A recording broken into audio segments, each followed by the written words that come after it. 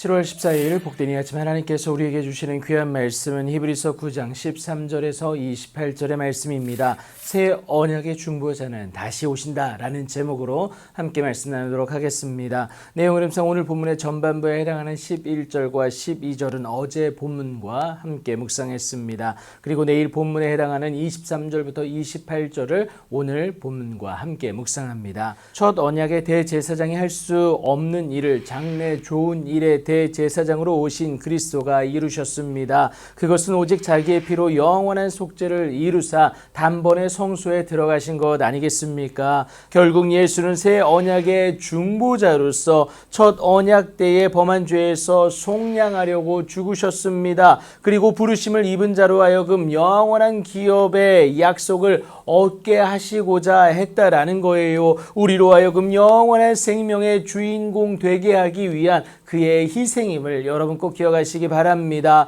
그런데 속량에 대해 우리가 기억해야 될 것이 있습니다. 피 흘림이 없은 즉 사함이 없다라는 사실입니다. 그래서 결국 죽어져야 합니다. 그런데 여러분, 우리가 죽는 것이 아니에요. 우리를 대신하여 새 언약 되신 예수님의 죽음을 말하는데 이 순간 새 언약의 효력이 발생한다라는 겁니다. 유언은 그 사람이 죽은 후에야 유효하듯이 유언한 자가 죽어야 합니다. 이러한 논리 가운데서 보면 첫 언약도 사실 피 없이 세운 것이 아니기에 율법에 따라 거의 모든 물건이 피로써 정결하게 되는 은혜를 누렸습니다. 그 정결하게 되는 은혜의 과정이 오늘 본문 19절부터 21절을 통해서 자세히 언급하게 됩니다. 하지만 이 효력은 일시적일 수밖에 없다는 사실입니다. 대제사장이 해마다 다른 것의 피로써 성소에 들어가야만 했습니다. 그럼에도 하늘에 있는 것들의 모형에 대해서는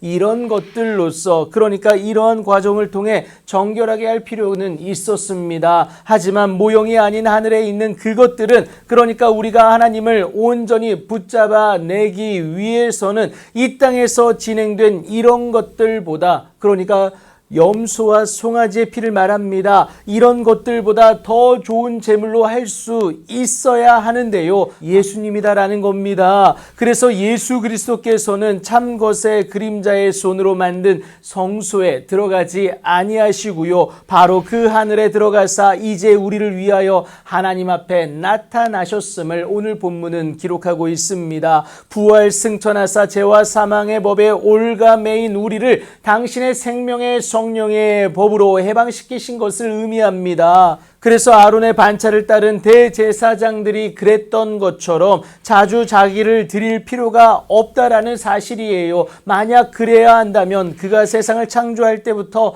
자주 고난을 받아야 하지 않겠습니까? 하지만 단 한 번의 온전한 드림으로 그 모든 것들이 가능했기에 그렇게 자기를 단번에 제물로 드려 죄를 없이 하려고 세상 끝에 오셨다는 사실 여러분 기억하시기 바랍니다.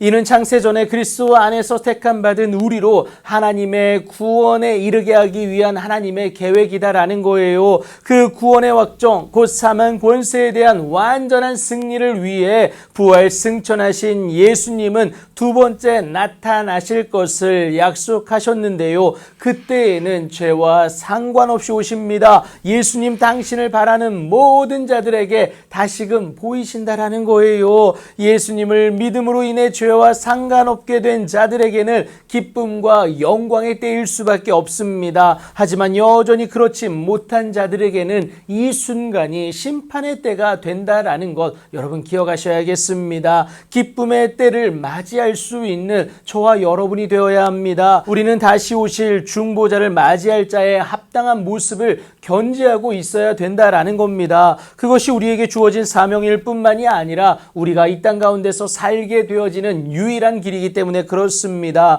더불어 그 사명을 지켜내는 오늘의 삶을 하나님은 반드시 복되게 하사 세상의 합리적 사고를 뛰어넘는 그 은혜를 더하여 주실 것이기 때문에 그렇습니다. 그러니 여러분, 오늘도 다시 오실 새 언약의 중보자 되시는 그 예수님을 바라보심으로 나아가 하나님의 변함없는 은혜와 능력의 주인공으로 일어서시는 여러분들의 귀하고 복된 오늘이 되길 예수님의 이름으로 축복합니다.